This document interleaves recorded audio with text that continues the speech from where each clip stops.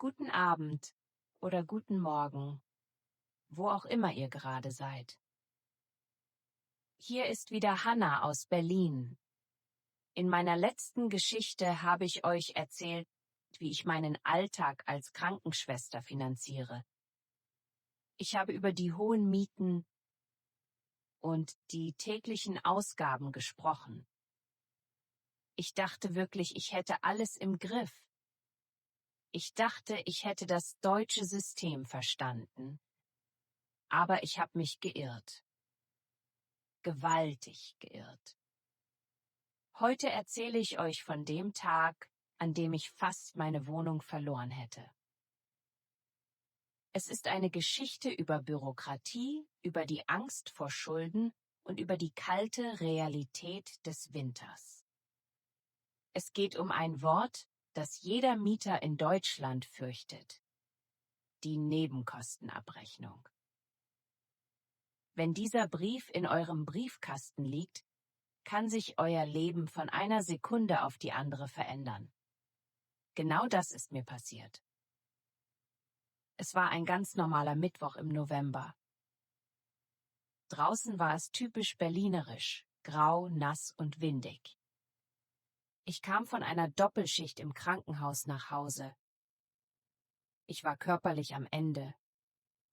Meine Füße taten weh, mein Rücken war steif und ich wollte einfach nur eine heiße Suppe essen und schlafen. An der Haustür warf ich einen kurzen Blick in den Briefkasten. Da lag er. Ein weißer, dicker Umschlag von der Hausverwaltung. Ich dachte zuerst, ach, bestimmt nur die neuen Termine für die Müllabfuhr oder die Reinigung des Treppenhauses.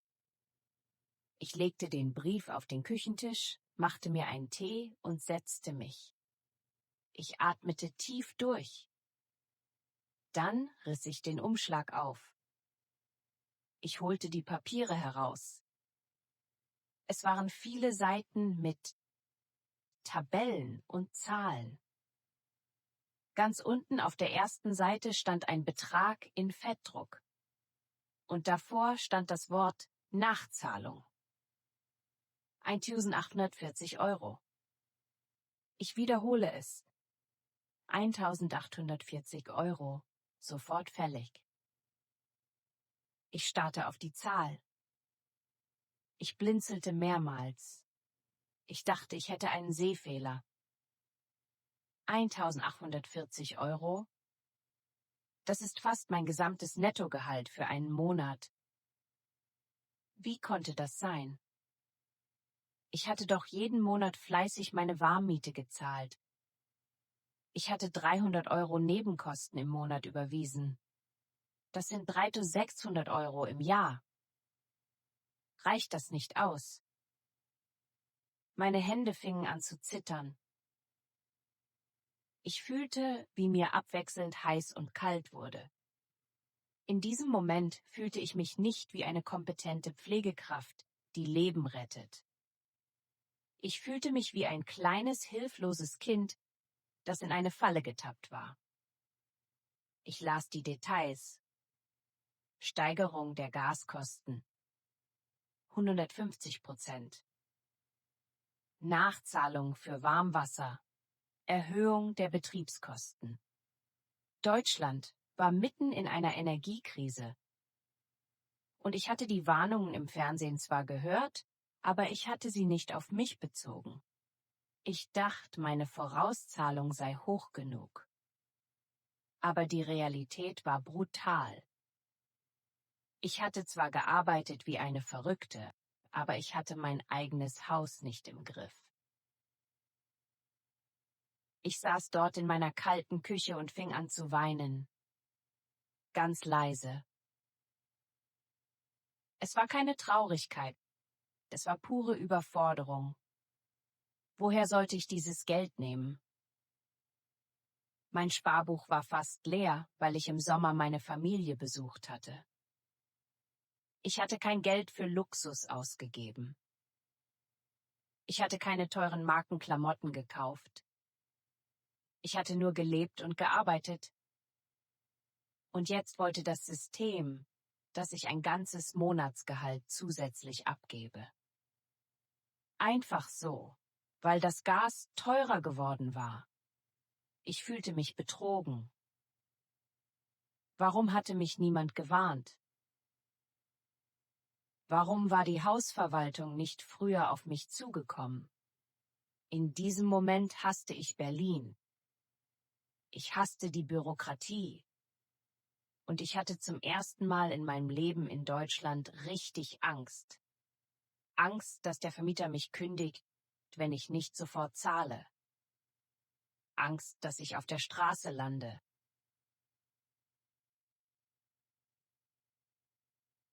Die Nacht war schrecklich. Ich habe kein Auge zugemacht. Jedes Mal, wenn ich die Augen schloss, sah ich die Zahl 1840 vor mir tanzen. Am nächsten Morgen, nach nur 2 Stunden Schlaf, griff ich zum Telefon.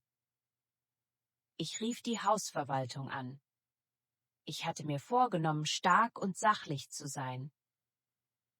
Aber als die Frau am anderen Ende der Leitung mit ihrer kühlen, bürokratischen Stimme antwortete, verließ mich mein Mut. Hausverwaltung Müller und Söhne, guten Tag. Ich erklärte die Situation. Ich sagte, dass ich Krankenschwester bin, dass ich hart arbeite, dass diese Nachzahlung für mich unmöglich zu leisten sei. Ich fragte, ob es ein Fehler sein könnte. Vielleicht wurde der Zähler falsch abgelesen? Vielleicht war es die falsche Wohnung? Die Antwort war wie eine Ohrfeige. Frau Hanna, wir haben alles geprüft. Die Preise für Energie sind weltweit gestiegen. Sie haben im Winter viel geheizt. Die Rechnung ist korrekt. Wir erwarten den Zahlungseingang bis zum Ende des Monats. Ich versuchte zu argumentieren. Ich sagte, aber ich war oft gar nicht zu Hause. Ich mache Nachtschichten. Wie kann ich so viel verbraucht haben? Sie antwortete nur, das Gebäude ist ein Altbau. Die Wände sind dick, aber die Isolierung ist schlecht.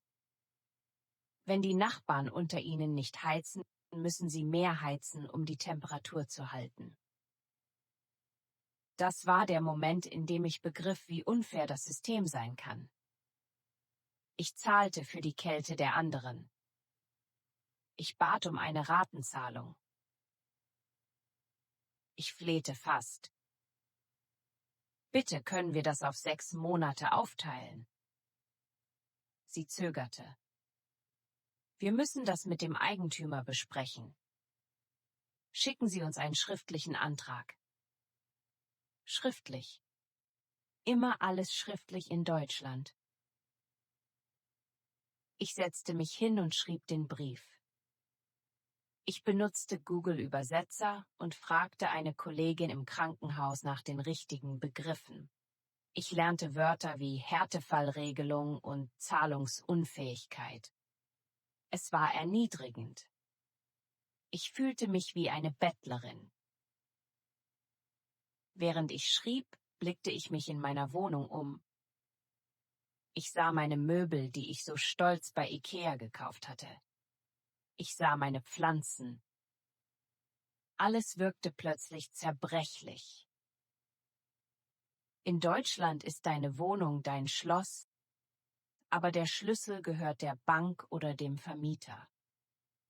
Wenn du die Nebenkosten nicht zahlst, ist dein Schloss weg. Ich schickte den Brief per Einschreiben ab. Das kostete wieder 5 Euro. Sogar das Kommunizieren über Schulden kostet Geld. In den nächsten Tagen war ich im Krankenhaus wie ein Zombie. Meine Kollegen fragten, Hanna, was ist los? Du machst Fehler beim Blutdruckmessen. Ich erzählte es meiner Oberschwester Sabine. Sabine ist eine echte Berlinerin, direkt und ein bisschen grob, aber mit einem großen Herzen. Sie lachte nicht. Sie sagte, Hanna, Willkommen im Club. Das passiert gerade tausenden Menschen. Du darfst das nicht persönlich nehmen. Du musst kämpfen. Sie gab mir die Adresse vom Mieterschutzbund. Geh dahin, sagte sie. Lass dich nicht von der Hausverwaltung einschüchtern. Die machen oft Fehler in den Abrechnungen. Ein kleiner Funken Hoffnung entzündete sich in mir.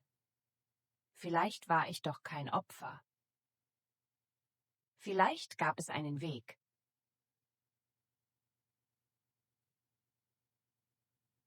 Der Mieterschutzbund.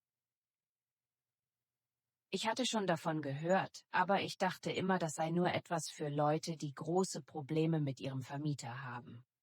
Jetzt war ich eine von ihnen. Das Büro lag in einem grauen Hinterhof in Kreuzberg. Es roch nach altem Papier und billigem Kaffee. Das Wartezimmer war voll.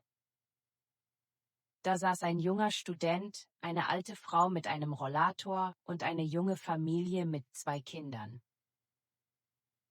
Wir alle hielten dicke Ordner mit Papieren fest. Wir alle hatten den gleichen Blick, eine Mischung aus Wut und Erschöpfung. Wir waren die Armee der Nebenkostenopfer. Nach 2 Stunden Wartezeit wurde ich aufgerufen. Ich saß einem Anwalt gegenüber. Er hieß Herr Weber. Er trug einen alten Kordanzug und hatte eine Brille auf der Nasenspitze. Er sah sich meine 1.840 € Rechnung an. Er blätterte die Seiten um, tippte etwas in seinen Taschenrechner und murmelte vor sich hin: Ja, klassisch. Ah, schauen Sie hier. Er zeigte auf eine Zeile in der Tabelle. Hier werden die Kosten für die Gartenpflege auf alle Mieter umgelegt. Aber Sie wohnen im Vorderhaus. Es gibt hier gar keinen Garten für die Mieter, nur einen kleinen versiegelten Hof. Ich starrte ihn an. Was bedeutet das? Er lächelte dünn. Das bedeutet, dass diese Abrechnung fehlerhaft ist. Und schauen Sie hier. Die Kosten für den Hausmeister sind pauschal abgerechnet, ohne detaillierte Leistungsbeschreibung. Das ist unzulässig. Ich spürte, wie eine schwere Last von meinen Schultern fiel. Muss ich also nicht zahlen? Doch, sagte er. Aber wahrscheinlich viel weniger. Wir werden Widerspruch einlegen. Wir verbrachten eine Stunde damit, jeden Cent zu prüfen. Er erklärte mir, dass viele Hausverwaltungen in Deutschland versuchen, Kosten auf die Mieter abzuwälzen, die eigentlich der Eigentümer tragen müsste. Reparaturen am Dach, Verwaltungskosten, sogar die Versicherung des Gebäudes gegen Feuer. Man muss jedes Detail prüfen. Die Deutschen sind gründlich, sagte Herr Weber. Aber sie sind auch geschäftstüchtig. Wer nicht fragt, der zahlt. Er schrieb einen offiziellen Widerspruch für mich. Das gab mir ein unglaubliches Gefühl der Macht. Ich war nicht mehr allein gegen die große Hausverwaltung. Ich hatte einen Experten an meiner Seite.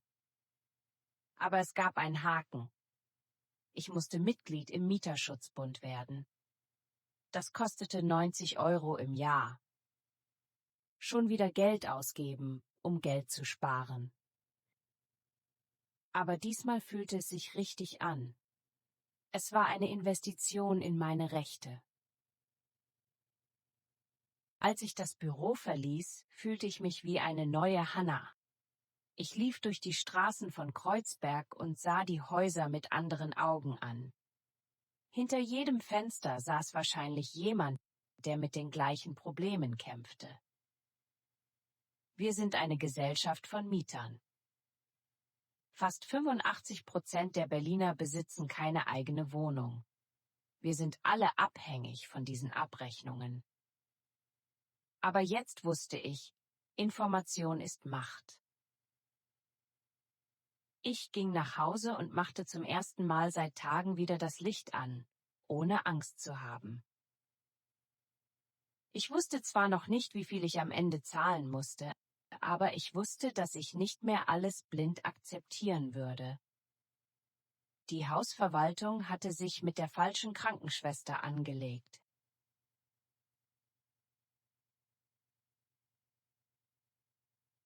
Trotz des Widerspruchs wusste ich, ein großer Teil der Kosten würde bleiben. Die Gaskosten waren real, die Inflation war real. Ich musste Geld sparen, und zwar radikal. Mein Ziel war es, jeden Monat 300 € zusätzlich zur Seite zu legen, um die Nachzahlung am Ende zu decken. Aber wie spart man 300 €, wenn man schon am Limit lebt? Ich begann mein Leben komplett umzustellen. Zuerst die Heizung. Ich traf eine harte Entscheidung. Ich würde die Heizung in meiner Wohnung nur noch im Badezimmer anmachen, wenn ich duschte. In allen anderen Räumen blieb sie aus. Es war November. In meiner Wohnung herrschten bald 15 Grad, manchmal morgens sogar 14 Grad. Das ist die Temperatur eines Kühlschranks. Ich entwickelte Überlebensstrategien. Ich kaufte mir im Second-Hand-Laden eine zweite dicke Wolldecke. Ich trug in der Wohnung 2 Paar Socken, eine lange Thermounterhose und einen dicken Fleece-Pullover. Wenn ich mich auf das Sofa setzte, wickelte ich mich in meine Decken ein. Ich sah aus wie eine Eskimo-Frau in Neukölln. Aber das Schlimmste war das Essen. Um Gas zu sparen, kochte ich nur noch einmal pro Woche einen riesigen Topf mit Eintopf. Ich wärmte mir jeden Tag eine Portion in der Mikrowelle auf. Die Mikrowelle verbraucht weniger Energie als der Herd. Ich trank literweise billigen Tee, um mich von innen zu wärmen. Manchmal saß ich mit Handschuhen an meinem Küchentisch und las meine Fachbücher. Das war mein neues Berlin. Eine reiche Stadt, in der eine Krankenschwester in ihrer eigenen Wohnung friert. Ich fing auch an, bei den kleinsten Dingen zu sparen. Ich kaufte kein Duschgel mehr, sondern nur noch feste Seife, die hält länger. Ich ging nicht mehr zum Friseur. Ich schnitt mir meine Spitzen selbst vor dem Spiegel. Es sah nicht perfekt aus, aber es kostete nichts. Und dann war da noch das Pfandsystem. In meiner letzten Geschichte habe ich es schon erwähnt, aber jetzt wurde es zur Sucht. Ich suchte nach jeder leeren Flasche in der Wohnung. Ich fragte sogar auf der Arbeit, ob ich die leeren Wasserflaschen aus dem Pausenraum mitnehmen dürfte. Es war mir egal, was die Leute dachten. Jede Flasche brachte 25 Cent. Am Ende der Woche hatte ich oft 10 € durch Pfand. Das waren 3 Packungen Nudeln und ein Glas Sauce. Es war ein harter Kampf um jeden Cent. Eines Abends passierte etwas, das mich tief berührte. Ich war im Supermarkt und stand vor der Kasse. Ich hatte nur das Nötigste. Brot, Äpfel, Haferflocken. Vor mir stand ein alter Mann. Er wollte bezahlen, aber er hatte nicht genug Geld. Er suchte verzweifelt in seinen Taschen nach Münzen. Es fehlten 1,50. Er wollte die Äpfel zurückgeben. Ich sah seine zitternden Hände. Ich dachte an meine eigene Situation. Ich dachte an die 1.840 €, die über mir schwebten, wie ein dunkles Schwert. Aber dann dachte ich, wir sitzen im gleichen Boot. Ich sagte zur Kassiererin, ich zahle das für ihn. Ich gab ihr die 1,50 €. Der Mann schaute mich an, seine Augen waren feucht. Er sagte, danke, junge Frau. Das ist so freundlich. In diesem Moment merkte ich, Reichtum hat nichts mit dem Kontostand zu tun. Reichtum ist die Fähigkeit, menschlich zu bleiben, auch wenn man selbst wenig hat. Ich verließ den Laden mit einem Lächeln, obwohl mir kalt war.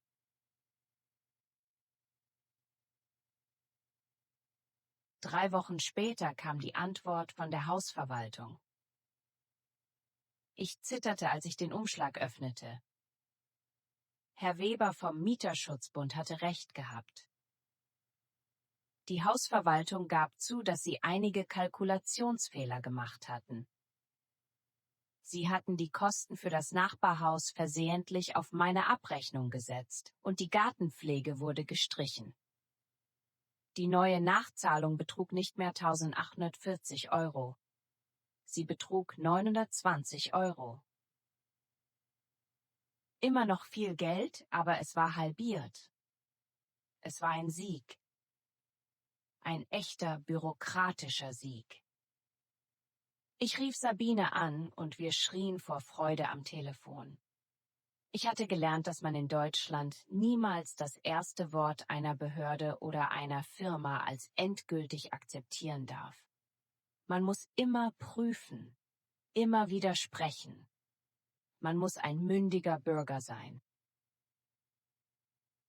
Dank meines radikalen Sparens hatte ich bereits 600 € gesammelt. Mir fehlten also nur noch 320 €. Ich fragte Sabine, ob ich im Dezember ein paar zusätzliche Nachtschichten machen könnte. Klar, Hanna, wir brauchen sowieso Leute zu Weihnachten, sagte sie. Ich arbeitete an Heiligabend und am ersten Weihnachtstag. Es war hart, nicht bei meiner Familie zu sein. Aber im Krankenhaus zu sein hatte einen großen Vorteil. Es war warm. Ich genoss die Wärme der Heizung auf Station mehr als alles andere. Ich feierte Weihnachten mit meinen Patienten. Ich hielt die Hand einer alten Dame, die keine Verwandten mehr hatte. Wir aßen gemeinsam den Krankenhauspudding. Es war ein schlichtes, aber sehr tiefes Fest. Ich fühlte mich nützlich. Ich fühlte mich stark. Am 30. Dezember überwies ich die 920 € an die Hausverwaltung. Als ich auf Senden klickte, fühlte ich mich, als hätte ich eine schwere Rüstung abgelegt. Ich war wieder frei. Ich hatte keine Schulden. Ich hatte meine Wohnung gerettet. Aber diese Erfahrung hatte mich verändert. Ich war nicht mehr die Hanna, die blind vertraute. Ich war jetzt eine Frau, die ihre Stromzähler jede Woche fotografierte. Ich war eine Frau, die genau wusste, wie viel Energie eine Waschmaschine verbraucht. Ich war effizient geworden. Ich war eine deutsche Sparmeisterin geworden, aber mit internationalen Herzen. Ich beschloss, mein Leben in Berlin dauerhaft zu ändern. Ich wollte nie wieder in diese Situation kommen. Ich suchte nach Wegen, mein Einkommen zu diversifizieren.